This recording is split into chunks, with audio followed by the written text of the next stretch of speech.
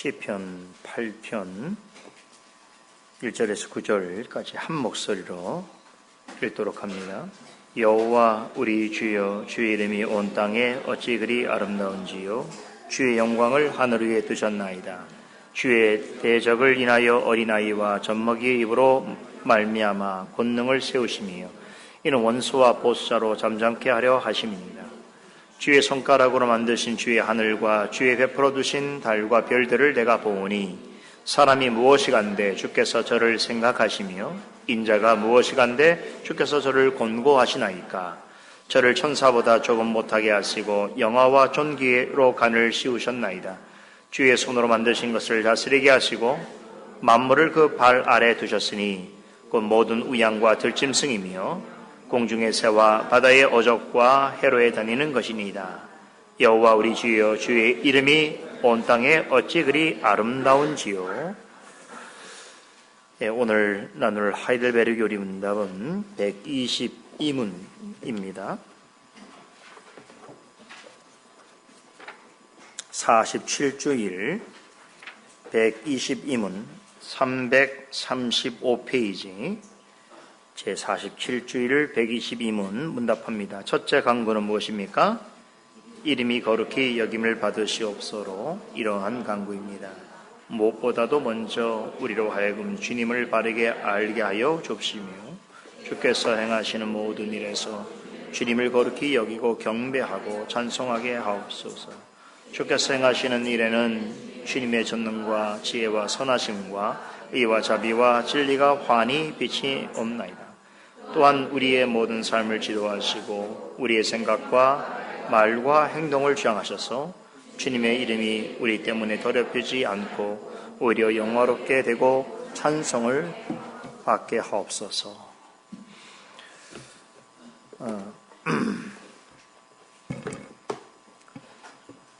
자, 김성도님이 기도할 때 이야기한 것처럼 오늘 우리가 올해 들어서 첫 번째 하이델베르 요리문답 공부를 나누게 됩니다.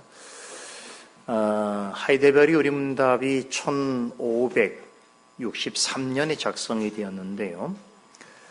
우리 개혁교회에서 받아들이는 여러 개의 신앙 고백서들이 있죠.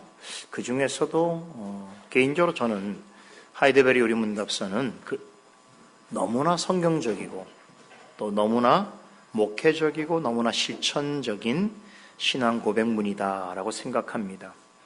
그래서 이 신앙 고백서가 작성된 이래로 지금까지 한 460여 년이 지나오는 중에서 이 개혁교회가 전 세계에 흩어져 있죠.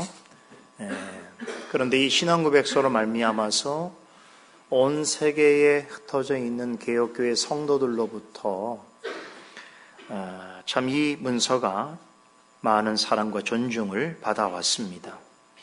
왜 그러냐면 이 요리문답서를 통해서 가르쳐주고 있는 성경 진리의 내용들은 너무나 고르고 알차며 또 체계적이고 확신 있게 배울 수 있는 기회가 되어지기 때문입니다.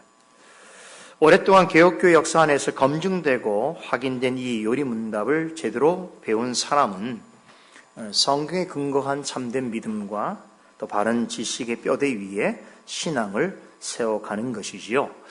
바로 그런 이유 때문에 지금까지도 역사적 개혁교회의 정신과 전통을 따르고 있는 교회에서는 주일에 이 요리문답을 오후 시간에 해설을 하지요. 그리고 또 주중에도 시간이 날 때마다 성도들이 가정에서 이 요리문답서를 또 읽고 나누곤 합니다. 우리 교회도 마찬가지고요.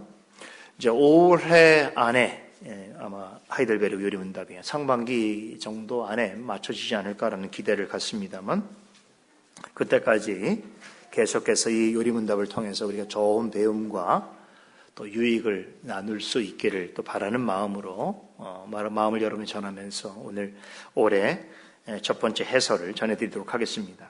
자, 지금 우리가 살펴보고 있는 내용이 주기도문의 본문이라고 할 수 있는 6개의 간구 중에서 그 첫 번째 내용이죠. 첫 번째 간구가 뭐죠? 이름이 거룩히 여김을 받으시오며 라고 하는 내용이죠. 자, 제가 지난 시간에 여러분들에게 주기도문의 구조가 있다는 말씀을 드렸던 거 기억나시죠? 주기도문은 서문, 그리고 간구, 송영으로 구성이 되어 있는데 중간에 있는 본론이라고 할 수 있는 이 간구에 6개의 기도가 나옵니다. 자, 근데 흥미로운 것은 전반부의 3가지는 하나님에 대한 간구이고 후반부에 나오는 3가지는 사람, 우리 자신에 관한 간구이다라는 것이죠. 예수님께서 하늘에 계신 우리 아버지여라고 하는 말로서 주기도문을 시작하는 이 서문에서 우선은 우리의 기도의 대상이 되시는 이가 누구이신가에 대해서 분명히 언급했죠. 그는 하늘에 계시면서 동시에 우리의 아버지가 되신다. 놀라운 일이죠. 초월적 존재이면서도 우리의 삶 가운데 내재해 계시는 분이시다. 모든 역사 가운데 높임을 받으시면서도 우리 개인의 역사 속에 함께 동행하시는 분이시다. 그런 얘기죠. 그죠? 우리의 기도를 이 하나님께서 받으신다는 것을 언급한 후에 그 다음으로 우리가 본격적으로 간구해야 될 구체적인 기도 내용을 직접 가르쳐 주시는데 먼저는 하나님에 대하여서 간구해야 할 것에 대하여서 그리고 다음으로 그와 연관해서 우리와 관련해서 간구해야 될 기도의 제목들에 대해서 말씀해 주고 계시는 것이죠. 지난 시간에 주기도문이 이런 구조를 지니고 있다는 것 자체가 우리에게 상당히 중요한 교훈을 전하여 주고 있다라고 하는 말씀도 드렸습니다. 무슨 얘기입니까? 우리가 하나님께 기도한다고 할 때에 가장 먼저 생각해야 될 것이 뭐냐? 먼저는 하나님에 대한 것을 구하는 것입니다. 그리고 하나님에 대한 바른 이해와 바른 고백 속에서 우리에 대한 것을 구하게 되는 것이지요. 이것이 주기도문을 직접 가르치신 이런 구조를 만들어 두신 예수님의 의도인 거죠. 자, 오늘 우리가 공부하게 되는 이름이 거룩히 여김을 받으시오며 라고 하는 첫째 간구는 바로 이 부분, 우리의 기도에 있어서 가장 우선적으로 간구해야 될 내용이 무엇인가? 그것이 하나님에 관한 것이라는 것을 잘 말해주고 있습니다. 자, 지난 시간에 우리 공부한 내용을 한 가지만 더 떠올려 본다면, 자, 꼭 기억하세요. 기도는 누가 하는 겁니까? 내가 하는 거죠. 우리가 하는 겁니다. 그런데 기도는 내가 하는 거지만 우리가 바른 기도는 어떻게 하는 것이냐? 우리의 마음을 하나님께 집중하는 것입니다. 그러니까 기도하는 행위는 내가 하는 것이지만 더 중요한 것은 우리의 중심을 하나님께로 향하는 것이 기도다라고 하는 것을 꼭 기억하시기 바랍니다. 그런 의미에서 기도는 언제나 하나님 중심성이 있어야 한다라는 것이죠. 자, 기도는 내가 원하는 것만을 한다고 할 때는 대부분의 기도는 어떻게 됩니까? 내용이 기복적이 됩니다. 기복적이라는 건 뭐냐면 나에게 유익하고 내가 원하고 소유하고 갖기를 원하는 것을 신의 도움을 통해서 얻으려고 하는 것이 기복이거든요. 그런 기도로 맞춰지게 되는 것이죠. 그러나 우리가 하는 기도는 하나님께 그런 기복적인 행위로서 드리는 것이 아니죠. 자, 주님께서 그렇게 말씀하셨죠. 너희가 무엇을 먹을까, 무엇을 마실까, 무엇을 입을까 하는 것, 그런 것을 구하는 것은 모든 사람들이 하는 것이다. 하나님을 알지 못하는 이방인들도 그런 기도를 한다라고 말씀하셨습니다. 여러분, 하늘에 계신 우리 아버지 되시는 하나님은 우리에게 무엇이 있어야 하고 또 우리가 무엇을 필요로 하는지 다 아시지요.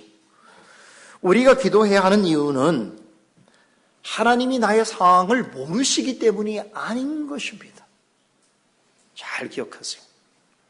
이방인의 기도는 내가 찾는 신이 내 사정을 모르기 때문에 내가 아뢰는 것이지만 우리의 기도의 본래의 목적은 하나님이 모르시는 걸 내가 알려서 그 필요한 거를 하나님께 달라고 요구하는 것이 기도가 아닌 것입니다.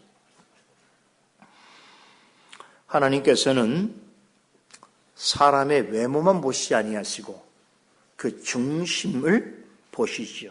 심령을 감찰하시는 분이시죠. 그러니까 우리의 마음 깊은 것까지 훤히 보시는 분이 우리가 입으로 드리는 우리의 간구 외에는 모르시는 것인가? 그렇지 않습니다. 예수님께서는 우리에게 너희 하늘 아버지께서 너희에게 무엇이 있어야 하는 줄을 다 알고 계시기 때문에 자, 먼저 뭐를 위하여 기도하라고 했습니까? 그 나라와 그 의를 구하라라고 말씀해요. 이것은 어떤 전제가 있는 것입니까? 하나님이 다 아신다는 거예요. 우리의 필요한 걸 다 아신다는 거예요. 그런데 너희가 나에게 기도해야 될 것은 너희의 중심을 나를 향하여 두는 이여야 된다는 것이죠.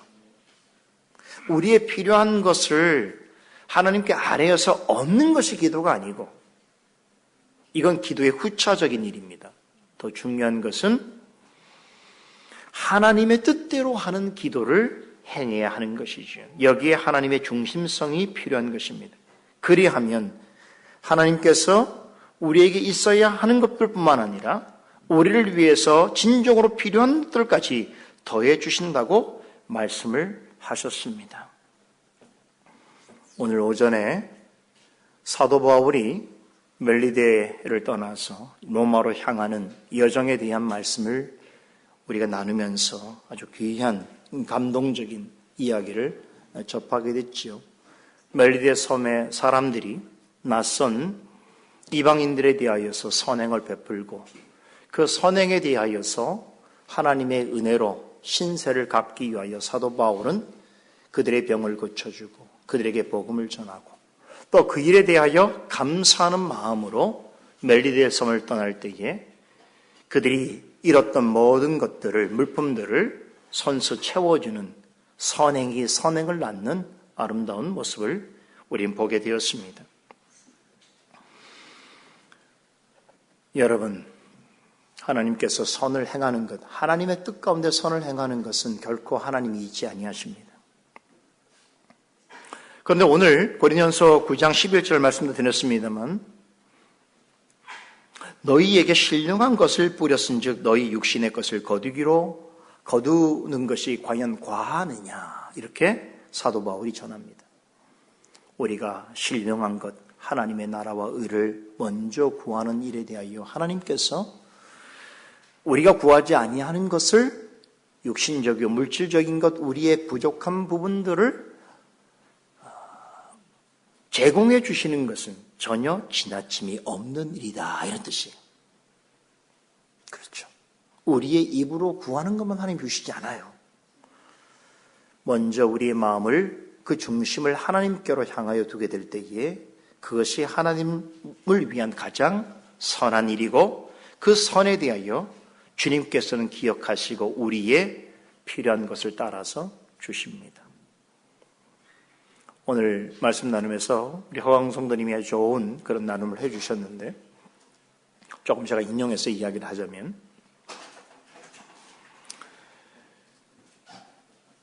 자, 사도 바울이 탄 배 많은 사람들이 어떻습니까? 특별히 그 선원들과 선장이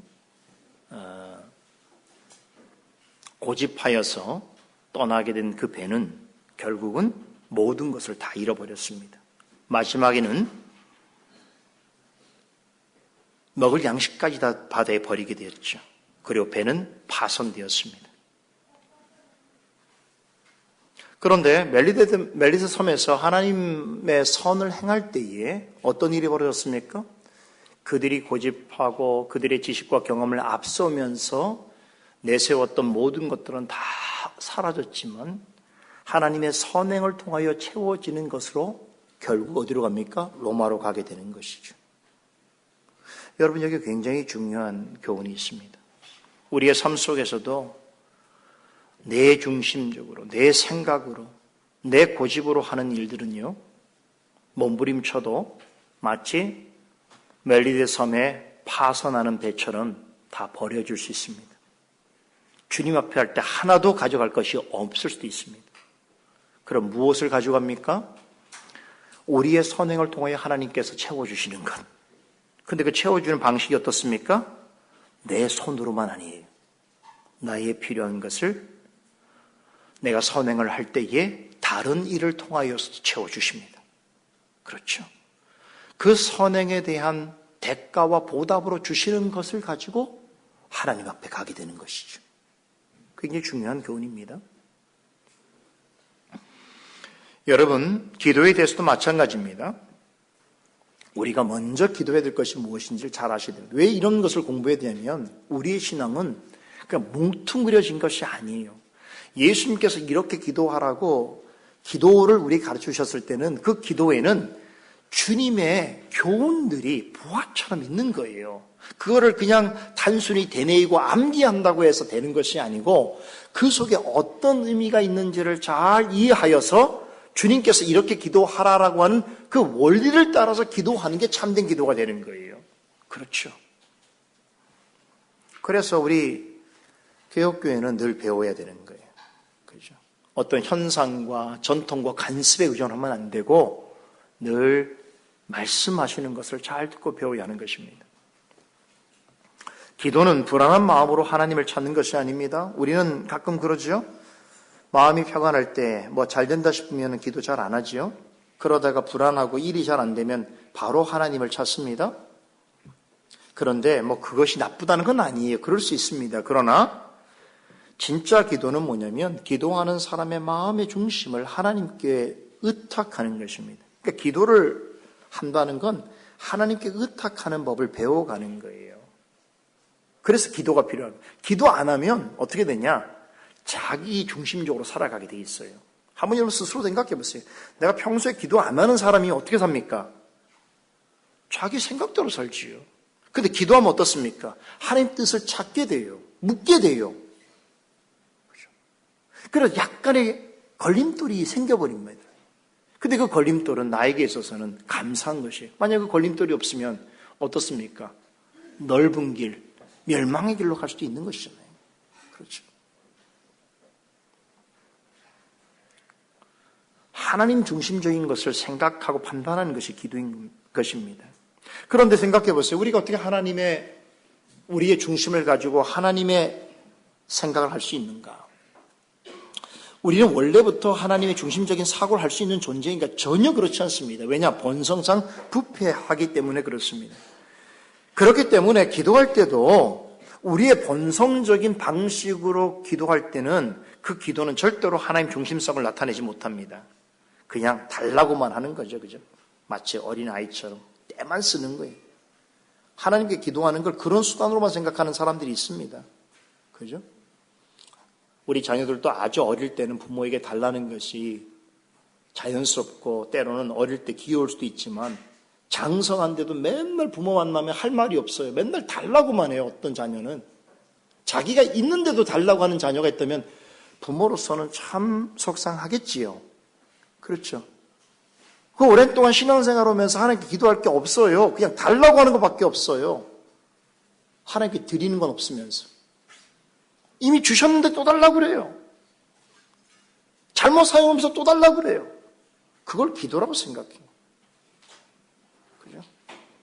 자기 힘으로 달라고 하면 이제 안 되니까 작심하고 작정하고 막 금식하면서 하나님께 뭐 달라고 해요. 날도 방식도 자신이 정해서 하나님 이때까지 안 주시면 가만히 안 있겠습니다. 막 이런 말. 이런 걸 기도라고 생각하는 거죠. 사람도 그렇게 하면 미운 거예요. 늘 달라고만 하는 사람은 이쁘지 않습니다. 자녀도 마찬가지예요. 부모에 대해서 부모에게 받을 때가 있습니다. 받을 때는 많이 받아야 돼요. 사랑으로. 근데 항상 달라고 하는 자녀는 결코 사랑스럽지 않아요.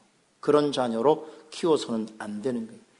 자녀가 어느 정도의 나이가 되고 자라면 성숙해지면 이제는 어떻게 되냐? 포지션이 바뀌어져요. 옛날에는 부모가 자녀에게 주지만 어느 때가 되면 이제 자녀가 부모에게 줘야 될 때가 되는 거예요. 그렇죠. 그 바뀌어지는 거예요. 여러분, 하나님 중심성에는 그렇게 중요한 것입니다. 그래서 여러분, 본성적으로 우리는 하나님께 어떻게 하나님 부패한 우리가 하나님 중심적인 사고를 하겠습니까? 그래서 기도할 때에 주님이 뭐라고 하셨어요? 우리의 기도를 도우시는 분이 필요하다고 그랬잖아요. 로마서 8장 26절, 27절 한번 읽어볼까요? 같이 한번 읽어봅니다. 로마서 8장 26절에서 17절. 왜 우리는 기도할 때에 성령 하나님의 도우심을 받아야 하는지를 이렇게 설명합니다. 같이 읽겠습니다. 이와 같이 성령도 우리의 연약함을 도우시나니 우리는 마땅히 기도할 바를 알지 못하나 오직 성령이 말할 수 없는 탄식으로 우리를 위하여 친히 간구하시느니라. 마음을 살피시는 이가 성령의 생각을 아시나니 이는 성령이 하나님 뜻대로 성도를 위하여 간구하심이니라. 사도 바울의 설명에 따르면 우리의 마음을 살피시고 우리의 본질적인 연약함을 아시는 분이 누구입니까? 성령님이셔요. 그래서 성령께서 우리의 기도를 도와주셔야만 하나님께서 기뻐 받으시는 기도가 될 수 있다는 것입니다. 이렇게 성령께서 도우시는 기도를 하면 할수록 여러분 우리의 사고와 삶이 바뀌어갑니다. 뭘로 바뀌어갈까요? 하나님 중심적인 사고와 삶으로 바뀌어가는 거예요. 그래서 기도의 사람은 변화하게 되어 있습니다. 바로 이런 이유 때문에 기도는 말씀과 성례와 더불어서 하나님의 은혜를 깨닫고 받아 누리게 하는 중대한 은혜의 방편이 되어지는 것입니다. 갈라디아서 4장 8절에 따르면 이전에 하나님을 알지 못할 때에 우리는 하나님이 아닌 다른 것들에 대하여 종노릇하는 자라고 말씀합니다. 그러는 인생이 언젠가부터 이제 기도할 때에 하나님의 이름이 거룩히 여김을 받으시기를 우리가 기도할 수 있게 되었다는 건 정말 놀라운 혁명적인 변화인 것이죠. 예전에 다른 것에 종노릇한 사람이 어느 날부터 하나님의 이름을 거룩히 여김을 받는 것을 제 첫 번째 기도의 제목으로 삼는다? 이건 있을 수가 없는 일이에요. 우리가 이런 기도를 할 수 있게 되었다는 것은 무엇을 의미하는가 하면 지금 우리는 다른 무엇의 종이 아니라는 거예요. 이미 성령 안에서 하나님의 자녀가 되었다는 증거입니다. 그래서 우리가 기도할 때 이제 하나님께 어떻게 기도합니까? 하나님을 아버지라고 부를 수 있게 되는 거예요. 세상에 어떤 사람을 내가 내 아버지가 아닌데 아버지라고 부를 수 있습니까? 그렇죠? 세상에 어떤 신을 향해서 아버지라고 말할 수 있겠냔 말이에요. 그런데 성령을 인하여서 하나님의 자녀된 자들은 이제 하나님을 아버지라고 부르는 게 친숙해져요. 내 아버지를 부르는 것부터 친숙하지 않습니까? 아버지. 그렇지 않나요? 기도할 때 아버지 안 그러나요, 여러분? 하잖아요. 이상한 일이지 않아요? 우리가 살아가면서 너무 이상한 행동을 하는 거잖아요. 그러니까 믿지 않는 사람들이 우리 보면 좀 이상할 것 같아요. 지 아버지 놔두고 또 누구한테 아버지래? 내 아버지를 부르는 건 더 자연스럽잖아요, 우리는. 하나의 아버지를 부르는 게. 이게 정상적인 일입니까, 사실은? 그 세상의 상식으로는 이해가 되지 않는 일을 우리는 너무나 자연스럽게 하는 사람들이 성도인 것이죠.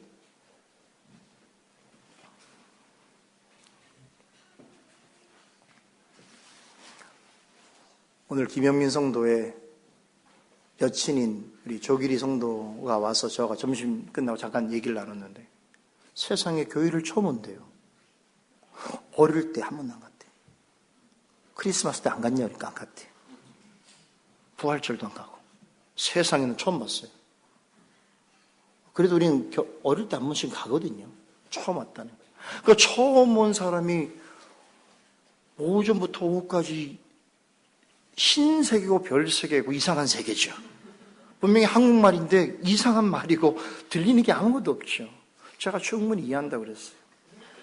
한 가지 기억하라고 했습니다. 우리 모두도 거기서부터 출발했다. 여기 지금 오니까 성도님들이 잘 듣는 것처럼 보여도 그 성도님도 처음부터는 그렇게 시작한 분이지. 그래서 인내를 갖고 매주 오시라. 그게 핵심입니다. 오겠다고 했는데 문제는 김영민 성도에게 있어요. 잘 데려와야 돼.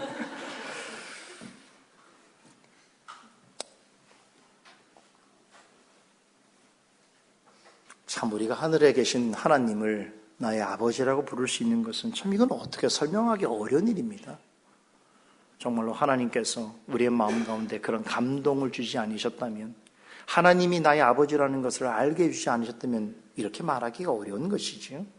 자, 이제부터 공부하게 되는 하나님의 이름이 거룩히 여김을 받으시오며 라는 첫 번째 강구는 이렇게 하나님 중심적인 기도의 표본을 가장 잘 보여주는 강구라고 할 수 있습니다. 하이델베르 요름답 그 122문답은 우리가 무엇을 구할 때 가장 우선적인 기도 제목으로 삼아야 하는 하나님 중심적인 사고가 무엇인지에 대해서 참 이 자체가 사실 한편의 기도문이에요. 너무나 아름다운 표현과 명확한 어조로 기록이 되어 있습니다. 주기도문의 첫 번째 강구 내용을 참 이렇게 아름답고 사려 깊고 또 확실하고 선명한 언어로서 이렇게 설명해 주기가 되게 쉽지 않거든요. 그리고 이 자체가 기도문이거든요. 참 그래서 많은 사람들이 참 하이델베르 요름답을 사랑하는구나라는 것을 다시 한번 생각하게 되는데, 자, 우리가 122문답을 통해서 주기도문의 첫 번째 강구 가르치는 교훈을 배우는 게 중요합니다. 그런데 더 중요한 것이 있습니다. 그게 뭐냐면 이 사실을 근거로 해서 이제 우리의 신앙생활 속에서 이와 같은 내용과 고백을 가지고 하나님께 기도하는 것, 그게 중요한 겁니다. 그래서 기도문으로 되어 있다는 건 뭐냐면 실제로 이 내용을 근거로 그렇게 기도하자는 거예요. 딴 기도 하지 말고 우선적으로는 이 첫 번째 강구를 우리가 배우면서 이렇게 기도하는 것이 하나님께서 들으시는 기도구나라고 하는 것을 하나님의 말씀에 근거해서 나의 언어로 나의 삶을 통하여서 드러내는 것이지요. 그렇기 때문에 122문답 내용을 우리가 잘 이해할 필요가 있는데요. 자, 지금부터 122문답 내용을 중심으로 해서 예수님께서 가르쳐주신 이름이 거룩히 여김을 받으시오며라고 하는 강구에 들어있는 의미, 또 이 가르침이 우리에게 주는 하나님 중심적인 사고가 무엇인지에 대해서 배워보겠는데, 자, 여기 하이델베르 요름문답은 이 강구에 들어있는 의미와 교훈을 세 가지 기도의 내용으로 요약하지요. 간단하게 말씀드리면 첫째는 주님을 바르게 알게 해달라는 강구이고, 둘째는 주님을 거룩히 여기며 경배하며 찬송하게 해달라는 강구이고, 셋째는 우리의 모든 삶과 생각과 말과 행위를 주장해 주시고 그것들을 통해서 영광 돌리게 해달라고 하는 강구인데, 여러분 어떻습니까? 제가 지금 요약해서 말씀드리는데 이 내용 자체가 이름이 거룩히 여김을 받으시오며라고 하는 이 기도가 담고 있는 내용이라고 생각했을 때에 얼마나 하나님 중심적입니까? 그렇죠? 이 설명 자체가 굉장히 하나님 중심적인 사고를 우리에게 여실히 드러내고 있단 말이죠. 자, 그래서 이제 이 내용을 살펴보겠는데, 이 세 가지 내용 중에서는 오늘 첫 번째 내용만 여러분들 함께 나누려고 합니다. 내용이 참 중요한 내용이 있어서 두 번에 걸쳐 나눠서 말씀드리겠습니다. 주기도문의 첫 번째 강구는 첫째로 주님을 바르게 알게 해달라고 하는 간청의 기도다라는 것이죠. 자, 122문은 이 기도에 담겨있는 첫 번째 의미를 이렇게 설명합니다. 무엇보다도 먼저 우리로 하여금 주님을 바르게 알게 하여 주옵시며라고 간구하는 기도다라고 간명하게 요약해 주고 있습니다. 자, 우선 이 내용을 살펴보기 전에 생각해 볼 것이 있는데, 이름이 거룩히 여김을 받으시옵소서라고 하는 첫 번째 간구에서 예수님께서 언급한 이름이 누구의 이름입니까? 하나님의 이름이죠. 그래서 바로 앞에서 하늘에 계신 우리 아버지라고 하는 표현을 통해서 우리의 기도를 받으시는 대상이 삼위 하나님이시라는 것을 명백하게 말씀하셨지요. 그러므로 예수님께서 자, 두 번째에서는 굳이 우리 여기에 하나님의 이름을, 하나님을 굳이 언급하지 않는다고 하더라도 여기에 사용된 이름은 하나님이시다라고 하는 것을 우리가 충분히 알 수 있습니다. 자, 그럼 왜 예수님은 거룩히 여김을 받으실 대상을 하나님이라고 직접적으로 언급하지 아니하시고 그분의 이름이라고 하셨는가 하는 것이죠. 여기에는 히브리인들의 그 독특한 사고가 영향이 있습니다. 히브리인들의 사고는 하나님의 이름은 곧 하나님의 존재 자체를 표현하는 것이기 때문에 그렇습니다. 그 히브리적 사고는 이름은 곧 존재라고 하는 개념을 가지고 있거든요. 오늘 우리가 읽은 이 시편 8편의 내용도 이 다윗이 성령 영감을 받아서 기록한 시라고 할 수 있는데, 자, 그런데 다윗이 경외하는 마음으로 아름답다고 연신 고백하면서 찬송하고 있는 대상이 누구죠? 무엇입니까? 우리 1절하고 9절에 보니까 여호와 우리 주여 주의 이름이 온 땅에 어찌 그리 아름다운지요 라고 고백하고 있습니다. 시편 기자인 다윗이 하나님 이름 아름답다고 감탄하면서 고백하는 게 뭐냐면 바로 하나님의 이름인 것입니다. 그래서 이 시는 여호와 우리 주여 주의 이름이 온 땅에 어찌 그리 아름다운지요라고 하는 고백에서 시작해서 이 고백으로 맞춰지고 있습니다. 다윗은 이 시편을 통해서 하나님이 창조하신 세계를 바라보면서 하나님의 놀라우신 능력과 크신 지혜를 목격하지요. 그리고 하나님은 세계를 만드셨을 뿐만 아니라 그 모든 지으신 것들을 능력과 지혜 가운데 다스리고 계시다는 것을 보게 됩니다. 이러하신 절대적인 주권과 섭리로 모든 것을 만드시고 통치하시는 하나님을 다윗은 하나님의 이름과 동일시하면서 그분을 경배하고 찬송합니다. 자, 하나님은 유일하게 존재와 이름이 구분되지 않는, 나뉘어지지 않는 분입니다. 철학적으로 말하자면 하나님은 존재가 곧 이름이고 이름이 곧 존재인 유일한 분이십니다. 그래서 모세가 이스라엘 백성들을 애굽 땅에서 구해내실 당신이 누구이냐고 문다면 어떻게 답할까요? 라고 물었을 때 나는 스스로 있는 자니라 라고 하고, 그게 하나님의 이름이에요. 하나님의 이름은 스스로, 나는 스스로 있는 자입니다. 다시 말하면 모든 존재하는 것들을 존재하게 하시는 이다, 그런 얘기거든요.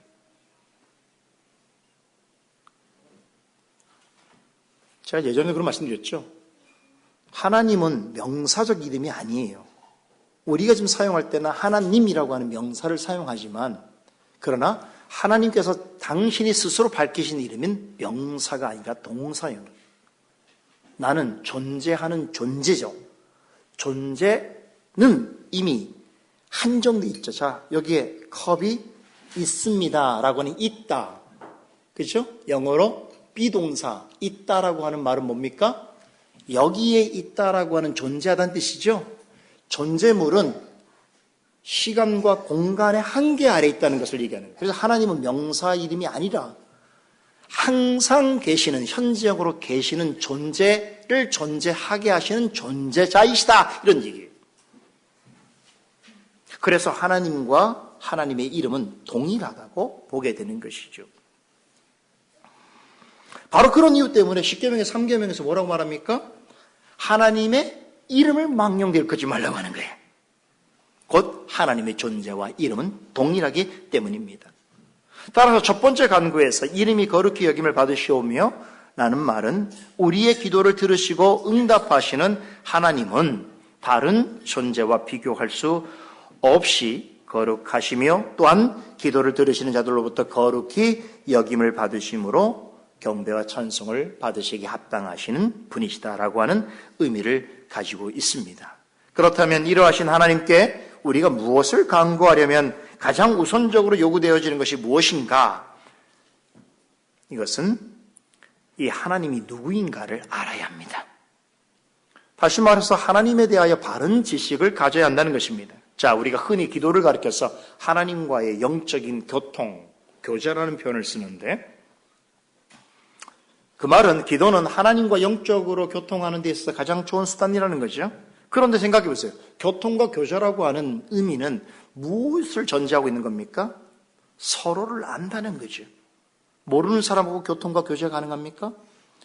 여러분, 만일에 하나님을 모르고 있다면, 하나님을 잘못 알고 있다면 하나님과 올바른 교통이 이루어질 수 있을까요?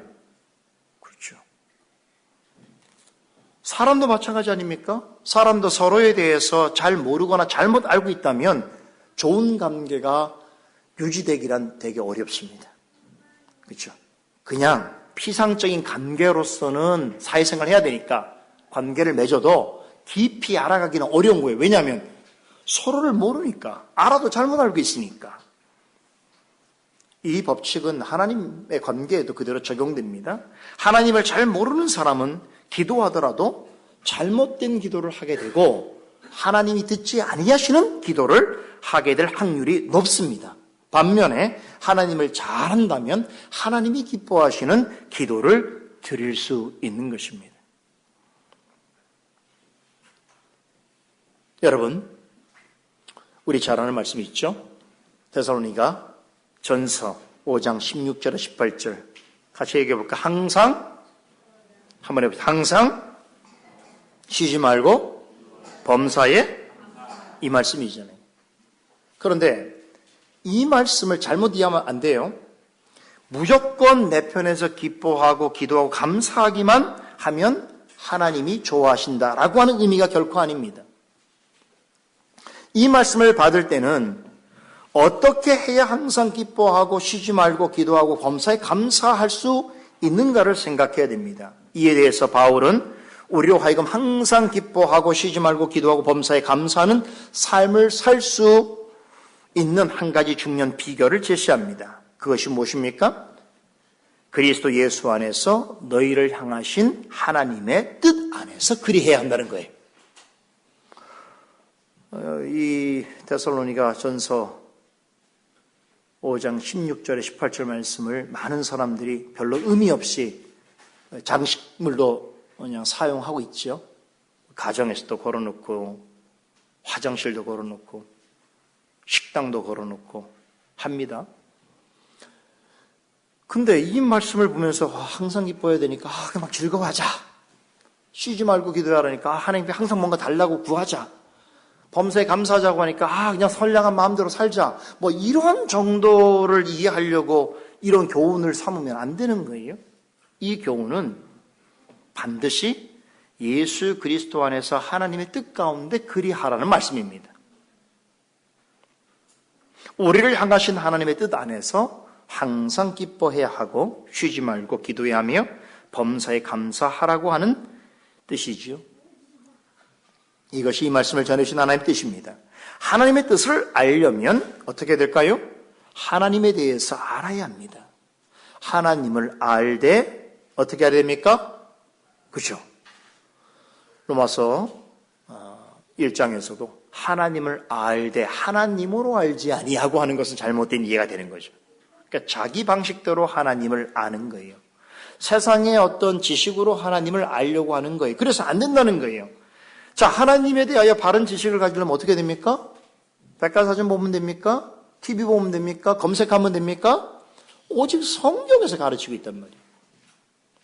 우리는 매일 아침마다 10시에 모여서 잠언 말씀을 살펴보고 있는데, 자, 잠언을 쭉 살펴보니까 어떤 생각이 듭니까? 우리가 세상 종교나 또 어떤 철학이나 또 도덕 시간에 배웠을 법한 그런 이야기도 가끔 언급이 되어지지요. 그런데 제가 항상 그런 말씀드리죠. 잠언서에 있는 말씀들을 여러분 그 의미를 생각하지 않고 그 문구만 가지고 여러분 이해하려고 한다면 많이들 잘못 이해하게 되는 것이. 잠언에 있는 말씀은 다 연결이 되어 있어요. 그죠? 하나님은 여러분 그런 생각 안 하세요? 제가 이 하이델베르 요리문답을 여러분들 전할 때마다 그런 생각을 하셨으면 좋겠는데 하나님은 되게 논리적이시다. 성경도 마찬가지. 논리적이라는 건 다른 건 질서 있다는 뜻이에요. 아무렇게 하지 않으시는 분이에요.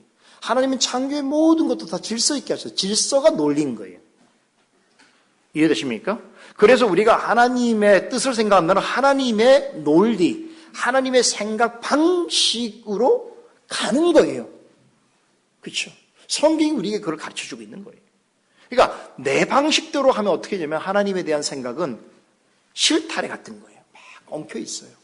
뭐 듣긴 들었는데 이게 어떻게 정리가 되지 못해 알 줄 모르는 것이죠. 그래서 이런 신앙 고백서를 공부하는 게 되게 중요합니다. 이런 공부를 하게 되면 주제별로 내용별로 하나하나 다 정리를 할 수 있게 만들어주는 거죠. 내 서랍에 있는 물건들을 깔끔하게 정리해주고 나아가서 하나님에 대한 생각을 내 머릿속에 깔끔한 방식으로 정리해주는 일을 우리가 배우는 거예요. 이게 하나님의 논리예요. 그래서 이 잠언 말씀도 여러분 앞뒤 문맥을 잘 살펴보고 또 그것을 기록하고 있는 성령의 의도가 무엇인지를 알아야 이 말씀 속에 있는 깊고 부요한 하나님의 지혜를 들을 수 있는 것이지. 그렇죠. 내가 원하는 말씀을 뽑아갖고 이해하는 방식은 안 된다는 거예요. 오직 성경만이 구원에 이르게 하는 지혜를 알려줍니다. 이 사실을 믿고 인정한다면 주기도문을 나의 기도의 표준으로 삼고자 하는 사람은, 다시 말해서 주기도문의 첫 번째 간구를 나의 기도로 받아들이고자 한다면 무엇보다도 어떻게 됩니까? 기도를 통하여서 하나님을 바르게 알아갈 수 있기를 간구해야 한다는 것이죠. 동시에 하나님에 대한 바른 지식을 가지기 위해서 요구되는 일을 실천해야 하는 것입니다. 그게 뭘까요? 여러분, 성경 말씀을 바르게 배우고 알아가는 일에 힘쓰는 겁니다. 그러니까 기도가 지금 뭐와 연결되는 거예요? 기도는 하나님과의 영적인 교통인데, 영적인 교통을 하려고 그러면 상대방을 잘 알아야 되고, 상대방을 잘 알아려고 그러면 상대방이 우리에게 가르쳐주는 내용을 알아야 되고, 그러려고 그러면 성경을 통하여 하나님에 관한 지식을 바르게 가져야 되고, 이 지식을 근거로 하나님께 기도할 때에 참된 기도가 되어지니 호환성이 있게 되잖아요. 그렇죠? 이게 논리라는 거예요. 근데 이 중에 어떤 걸 안 하면 어떻게, 어떤 거를 무시하고 소홀히 하면 이제 거기에서 문제가 생기는 거죠. 그래서 여러분, 성경의 가르침이 없이 자신의 어떤 욕구와 본성을 따라서 열심히 기도하면 아무리 잘 기도해도 이방인이 하는 기도를 넘을 수 없는 거예요. 여러분, 기도하는 모습으로만 보자면 이방 종교에 심취한 사람들이 우리 기독교인들보다 훨씬 더 열심을 보입니다. 그렇지 않습니까? 우리 성경에도 그런 얘기가 많잖아요. 예를 들면 갈멜산 상에서 엘리야와 대적했던 400명의 바알 선지자, 450명의 아세라 선지자들이 여러분 어떻게 기도했는지를 한번 보세요. 여러분, 아침부터 저녁까지 바알과 아세라를 신으로 추종하는 이 850명의 선지자들이 어떤 방식으로 기도했습니까? 아침부터 저녁까지 하늘 향해서 소리를 지르고 심지어 자신의 몸을 칼과 창으로 상해가면서까지 기도했단 말이에요. 여러분, 하나님을 알지 못하는 사람이라 할지라도 자신이 원하는 어떤 것을 얻으려고 한다면 매우 열심히, 매우 성실하게, 매우 진지하게, 매우 강렬하게, 매우 오랫동안 기도할 수 있습니다. 그 기도하는 모습만 보고는 판단하기 어렵다는 것이죠. 여러분, 힌두교인들 기도하는 거 보셨어요? 평생 동안 한 손 들고 기도하는 거 봤어요?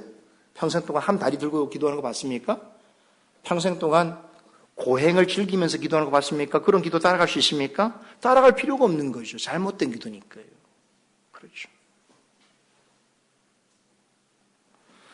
하나님을 바르게 알지 못하면 하나님의 뜻대로 구하기 어렵습니다. 무엇을 먹을까, 무엇을 마실까, 무엇을 입을까를 염려해서 무엇을 간절하게 구할 수는 있어도 하나님의 뜻에 따라서 먼저 그의 나라와 그의 의를 구할 수 없습니다. 그래서 여러분, 신앙의 성장은 이제 뭐를 통해서 할 수 있냐면 여러 가지 열매가 있는데 하나는 기도입니다. 기도를 어떻게 하고 어떤 기도의 내용을 하는지를 들어보면 신앙의 성장을 확인할 수 있습니다. 그렇죠? 무엇을 구하는가 보면 알아요. 그 구하는 걸 어떤 태도로 구하는가를 보면 알 수 있다는 것이죠. 성도의 삶에 있어서 하나님을 바르게 아는 것보다 우선적이고 중요한 것은 없습니다. 생각해 보세요. 하나님이 누구인지 바르게 알지 못하는 자가 어떻게 하나님의 뜻을 구할 수 있고 그분의 뜻대로 살아갈 수 있습니까? 우리의 신앙생활을 한마디로 압축하면 하나님을 바르게 알아가는 것입니다. 여기 알아간다는 말에 기도가 포함되어 있는데, 자, 중요한 말씀을 전할게요. 우리가 하나님을 안다고 할 때에 여러분 꼭 이해하셔야 될 것이 있습니다. 여기서 하나님을 안다라고 하는 이 안다라는 말은 단순히 하나님에 대한 어떤 지식을 갖는다라고 하는 뜻이 전혀 아닙니다. 여러분, 하나님에 대하여 알기를 원하면 어떻게 하면 됩니까? 방송에도 인터넷 검색하면 돼요. 기독교 하나님 쳐보세요. 여호와 쳐보세요. 엘로힘 쳐보세요. 정보 나오죠? 그 지식은 지금 성경에서 말하고 하나님이 안다라고 하는 의미가 아닌 것이, 성경에서 하나님을 안다고 할 때는 그보다 훨씬 차원이 깊습니다. 하나님에 관하여 아는 것하고 하나님을 아는 것과는 다른 것이에요. 기억하세요? 하나님에 대하여 아는 것과 하나님을 아는 것은 다른 차원입니다. 하나님을 모르는 사람도 하나님에 대하여 많이 알 수 있어요. 서울대 종교학과 들어보셨어요? 그 종교학과라고 있는데 그 종교학과 다니는 분들이 기독교도 배웁니다. 그분들 하나님에 대하여 꽤 많이 합니다. 그런데 우리 같은 신앙 가진 사람은 거의 찾아보기 어려워요. 하나님에 대하여 알 뿐 하나님을 몰라요. 다른 지식인 거예요.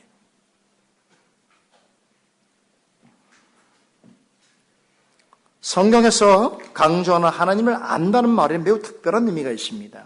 자, 구약 성경을 보게 되면 하나님을 안다고 할 때 이 안다라고 하는 단어가 히브리어 야다라고 하는 말을 사용하는데요. 자, 이 야도라는 말이 얼마나 신비로운 말이냐면 이 말이 어디에 사용되어지느냐? 부부가 하나가 되어질 때에 사용합니다. 즉 부부가 동침할 때 이 단어를 적용합니다. 자, 그런데 부부의 동침을 표현하는 이 말이 어떻게 거룩하신 하나님을 안다는 말에 그대로 사용될 수 있는가? 왜 그럴까요? 여러분, 세상에서 가장 인간적 관계에서 친밀한 관계가 바로 부부입니다. 부부는 사실 자식보다 더 가까워요. 촌수는 없지만 자식보다 가까운 게 부부입니다. 그렇기 때문에 동침할 수 있는 거예요. 하나님을 안다는 것은 이 세상에서 가장 친밀한 관계인 부부 관계보다 더 가까운 관계라는 것을 말하기 위해서 부부의 동침을 표현하는 야다라고 하는 말을 하나님을 안다는 말로 표현하게 된 것이지요. 이 히브리적 사고인 거예요. 히브리인들에게 있어서는 부부의 이 동침 관계는 세상에서 가장 가까운 친밀한 사람만이 할 수 있는 유일한 일이거든요. 그 단어를 하나님께 사용한 거예요. 하나님을 아는 것도 이만큼 친밀하고 가까운 관계 속에서 일어나는 일이어야 된다는 것이죠. 안다라고 하는 히브리어 어원과 관련해서 한 가지 더 설명드리면 구약 성경에서 하나님을 아는 지식이라고 하는 표현을 사용할 때에 지식이라고 하는 말에 해당되어지는 히브리어가 다하트인데 이 다하트라는 말도 알다라고 하는 야다라고 하는 말에서 왔습니다. 자, 그래서 구약의 호세아서를 보게 되면 하나님을 아는 지식의 중요성을 강조한 표현들이 많이 나오죠. 대표적인 예가 4장 6절에 내 백성이 지식이 없으므로 망하는도다라고 하는 유명한 말씀 기억하시죠? 여기서 말하고 있는 지식은 하나님을 아는 지식입니다. 호세 선자는 당시 이스라엘 백성들이 멸망해야 하는 이유를 한 가지로 얘기한다면 이렇게 표현했어요. 하나님을 아는 지식이 없기 때문이라고 했습니다. 하나님의 백성이라면 당연히 하나님을 아는 지식을 가지고 있어야 하는데 당시 이스라엘 백성은 하나님을 섬기되 이방신처럼 섬겼습니다. 그렇다고 해서 그들이 율법이나 성전이나 선지자들이 없었던 것도 아니에요. 율법도 있었고 성전도 있었고 말씀을 전하는 호세 같은 선지자도 있었습니다. 그럼에도 그들은 하나님을 아는 지식을 사랑하지 않았습니다. 오히려 호세 선지자와 같은 이들이 전해주는 하나님의 바른 지식은 거부했습니다. 그리고 이방신을 쫓으면서 이방 사람들처럼 살기를 원했습니다. 호세아는 이런 어리석음의 결국은 그들을 스스로 심판받아 마땅한 길로 이끌어 갈 것이라고 외쳤습니다. 하나님께서 전해주신 말씀을 근거로 이스라엘 백성은 하나님을 아는 지식이 없으므로 망하게 되었노라라고 경고하게 되었던 것입니다. 여러분, 하나님을 바르게 알지 못하는 것이 얼마나 위험한 일인가. 이스라엘 역사를 생각해 보면 압니다. 이스라엘 역사를 보게 되면 하나님을 바르게 알지 못하는 일이 개인을 넘어서 민족이 멸망할 만큼 심각하게 우려되는 일이라는 것이지요. 저는 지금 우리 한국 기독교에 대한 우려가 여기에 있습니다. 호세아 선지자가 부르짖던 그런 호세아 선지자나 예레미야 선지자들이 활동하던 그 시대와 영적 상황은 매우 유사한데 많은 사람들이 기독교를 나의 종교로 삼고 있고 교회를 다니고 있지만 하나님을 바르게 알아가는 일에 대하여 열망이 사라진 시대 속에서 하나님을 바르게 아는 일에 대한 가치와 의미를 두지 않는 것을 당연히 여기는 사람들이 다수를 이룰 때 그 역사 속에서의 교회는 부패한 것이요 하나님의 심판을 받게 됩니다. 오늘 우리가 살아가는 시대가 그런 시대가 아닌가라고 하는 두려움이 있는 것이죠. 호세아 선지자는 이스라엘 백성들의 죄만을 언급하지 않았습니다. 그것만 지적한 것이 아니라 타락한 백성과 민족이 살 수 있는 길을 함께 제시했는데 그것이 바로 호세아서 6장 6절에 그것은 곧 하나님을 아는 것이다. 믿으십니까? 한 개인과 민족이 살 수 있는 유일한 길이 하나님을 아는 것이라는 거예요. 왜 하나님을 아는 것이 타락한 백성과 민족을 살리는 유일한 길인가? 하나님을 안다는 것은 하나님과 친밀한 관계를 맺는 것이요 하나님으로부터 생명을 받아 누리는 관계로 회복되어진다는 것을 의미하는 것이기 때문에 그렇습니다. 요한복음 17장에 보면 예수님께서도 영생은 하나님을 아는 것이라고 하셨습니다. 요한복음 17장 3절에 이르기를 영생은 곧 유일하신 참 하나님과 그가 보내신 자 예수 그리스도를 아는 것이다 라고 하신 말씀은 호세아 선지자의 입을 통해서 타락한 이스라엘을 살리는 길은 하나님을 아는 것이라고 하신 말씀과 일맥상통합니다.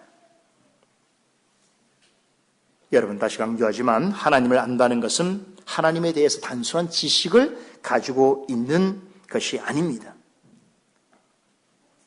남녀가 둘이 하나가 되어지는 것이 부부이듯이 하나님을 안다는 것은 하나님과 가장 친밀한 관계가 된다는 것을 의미합니다. 하나님과 이런 관계를 맺고 유지하는 사람은 하나님의 생명에 연결되어 있기 때문에 영생을 얻게 되는 것입니다. 기도는 우리의 생명과 하나님의 생명을 연결하는 일입니다. 기도를 통해서 하나님과 연합할 수 있고 그분과 깊은 교제를 나눌 수 있게 되며 또 기도를 통해서 하나님과 언제나 함께 할 수 있습니다. 그러므로 우리의 생명이 하나님의 생명과 늘 연결되어지는 것, 이게 기도인 것이죠. 기도에는 여러 가지 목적이 있을 수 있습니다. 그런데 주기도문의 첫 번째 간구인 하나님의 이름이 거룩히 여김을 받으시오며 라고 하는 말 속에는 무엇보다도 먼저 우리로 하여금 하나님을 바르게 알게 하여 주옵소서라고 하는 간구가 담겨 있다고 하이델베르그 요리문답이 정리하고 있는 이유가 여기 있습니다. 짧은 말이지만 되게 중요하지요. 하나님을 바르게 아는 것은 기도의 목적일 뿐만 아니라 우리가 이 세상을 살아가는 성도들이 살아가야 하는 삶의 궁극적인 목적인 것입니다. 하나님을 안다는 것은 내가 하나님 안에 있는 것이요, 하나님과 함께하는 것이요, 또한 하나님이 주시는 영원한 생명을 누리는 것이기 때문입니다. 하나님을 바르게 아는 지식이 없으면 개인이나 민족이 다 망한다는 것이 성경의 가르침입니다. 그렇다면 하나님을 바르게 알려면 어떻게 해야 될 것인가? 답이 나오지요? 어떻게 해야 될까요? 말씀과 기도에 장념해야 됩니다. 말씀과 기도는 분리된 게 아니에요. 지금 오늘 말씀 들어보니까 결국 말씀과 기도는 하나라는 얘기죠. 그렇죠. 난 말씀은 잘 듣는데 기도는 잘 안 해. 기도는 열심히 하는데 말씀은 못 듣겠어 하는 말은 이거는 모순이에요. 이건 하나님을 제대로 아는 게 아닙니다. 말씀으로 하나님을 바르게 알아야 한다면 기도로는 하나님과 깊이 교제해야 합니다. 하나님 뜻을 신실하게 선포하는 설교도 하나님과 깊이 교제하는 데 없어서는 안 될 매우 중요한 방편입니다. 여러분들이 그래서 설교를 잘 들으시고 설교를 묵상할 때에 결국 그것은 하나님과의 깊은 교통을 유지하는 방법이 굉장히 중요한 거예요. 주중에도 여러분 한 번씩이라도 주일날 들었던 교훈들을 머릿속에 떠올려서 주중을 보내는 분과 한 번도 생각하지 않고 매 주일마다 오는 분하고는 여실히 차이가 납니다. 이게 시간이 지나면 큰 차이가 나요. 큰 차이가 납니다. 뭐의 차이가 나냐면 하나님 것을 받아 누림에 있어서 차이가 난다는 거예요. 외적으로는 차이가 별로 없습니다만 내적으로 납니다. 이 세상에 사는 날 동안 우리는 하나님이 주신 여러 가지 방편을 통해서 하나님을 바르게 알아가기 위해서 힘써야 하는데, 하나님을 바르게 아는 것을, 다시 말해서 하나님 안에 있으며 하나님과 함께 하는 것을 가장 크고 우선되는 기도 제목으로 삼아야 한다는 것이 오늘 주기도문의 첫 번째 간구 내용이 우리에게 가르쳐 주는 것입니다. 여러분, 올해도 우리가 기도할 일이 많겠습니다만 오늘 주기도문의 첫 번째 간구에서 배운 대로 무엇보다도 먼저 나로 하여금 하나님을 바르게 알게 하여 주옵소서라고 하는 기도의 제목을 우선으로 잡고 올 한 해 여러분 지속적으로 하나님 앞에 기도함으로 가까이 나아간다 한다면 하나님께서 여러분들의 삶을 기뻐하시고 여러분들은 하나님을 아는 지식을 더 깊어갈 것이고 하나님과 더 깊이 교제 나누는 풍성한 은혜를 맛보아 누릴 것을 확신합니다.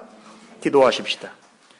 거룩하신 하나님 감사드립니다. 주기도문을 배워가고 있습니다. 우리 주님께서 신이 가르치신 기도이기에 우리가 함부로 가볍게 다룰 수가 없습니다. 말씀하신 내용의 깊은 뜻을 생각하기 위하여서 요리문답을 통하여 도움을 얻으면서 하나하나 배워가고 있습니다. 하나님, 아둔하고 연약한 우리를 늘 올바른 배움의 길로 인도하여 주심을 감사드립니다. 우리의 생이 하나님을 바르게 아는 지식으로 인하여 더 부유하고 풍성해지기를 원하옵나이다. 주여, 우리에게 은혜를 더하여 주시고 성령께서 늘 배우는 것에 대한 즐거움과 그 배움을 하나님 기뻐하신 열매로 드러내는 즐거움을 맛보아 누리는 저희가 되게 하여 주시옵소서. 예수님의 이름으로 기도드리옵나이다. 아멘.